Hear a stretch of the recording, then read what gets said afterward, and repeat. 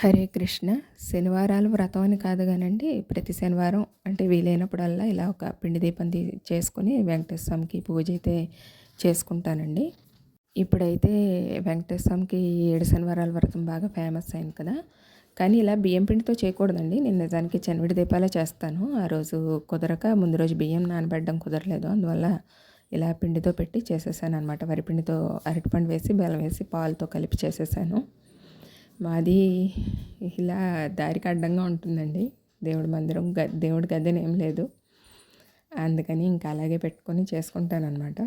ఇది చిన్న శివలింగం అండి, ఇంట్లో నిత్యం అభిషేకం చేసుకునేది. ఈ వారం ఈ విధంగా పూజ చేసుకున్నాను. మీరందరూ కూడా హారతి దండం పెట్టుకోండి. గోవింద. పూజలు అవి ఇలా చేస్తూ ఉంటే ఆనందంగా ఉంటుందండి. ఎంత బాగా అలంకరించి ఎంత బాగా చేస్తే అంత ఆనందంగా అనిపిస్తుంది నాకైతే.